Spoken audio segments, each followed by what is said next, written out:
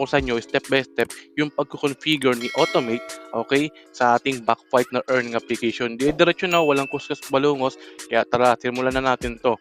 Okay, so first things first guys, kindly please like this video, subscribe to my channel, and don't forget to hit the notification bell below para like updates mga tricks and tips and mga earning application like this. So first things first guys, dapat meron kayo Automate, okay, na ganyang application, and then after that guys, i-open nyo lang yan.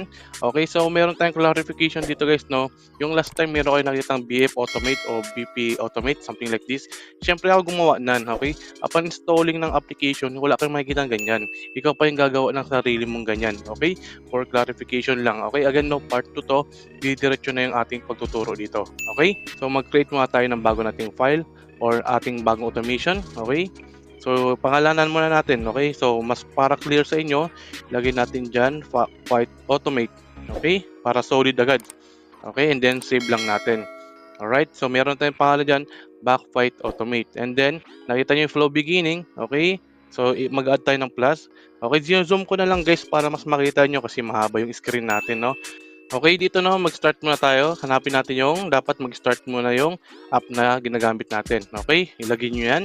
And then, sa start app, i-click nyo. And then, sa package, yan yung mga application natin na naka-install sa cellphone. Okay, search lang natin yung Backfight dito. Okay, which is this one. Click lang natin yan. And then, wala tayong gagawin dyan.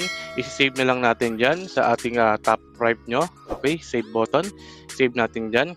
Okay, meron tayong flow beginning and then i-drag natin yung go. Okay, so hindi kasi pwede ma-zoom eh. Ayan, nakita nyo, nag-connect siya. Okay, disconnect lang natin.